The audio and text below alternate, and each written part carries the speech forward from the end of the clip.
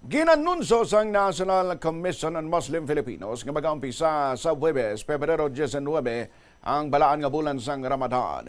Ini matapos nga wala sang crescent moon nga nakitaan kagabi sa Bangsamoro Region kag sa Manila Bay, General Santos City kag sa mga probinsya sang Sultan Kudarat, Sarangani kag Sulu. Ang pagbantay sa bulan kagabi ang ginupdan man sang Bangsamoro Autonomous Region in Muslim Mindanao.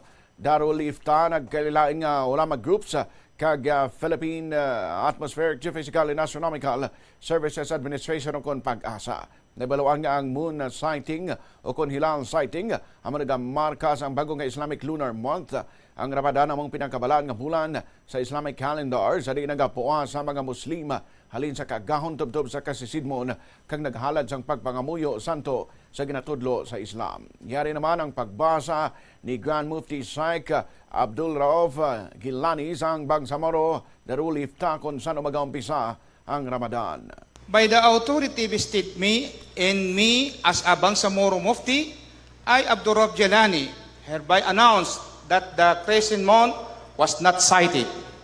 Therefore, tomorrow is the 30th day of Sha'ban, 1447, and the first day of Ramadan, fasting 2026, will officially commence on Thursday, February 19, 2026, Ramadan al-Mubarak.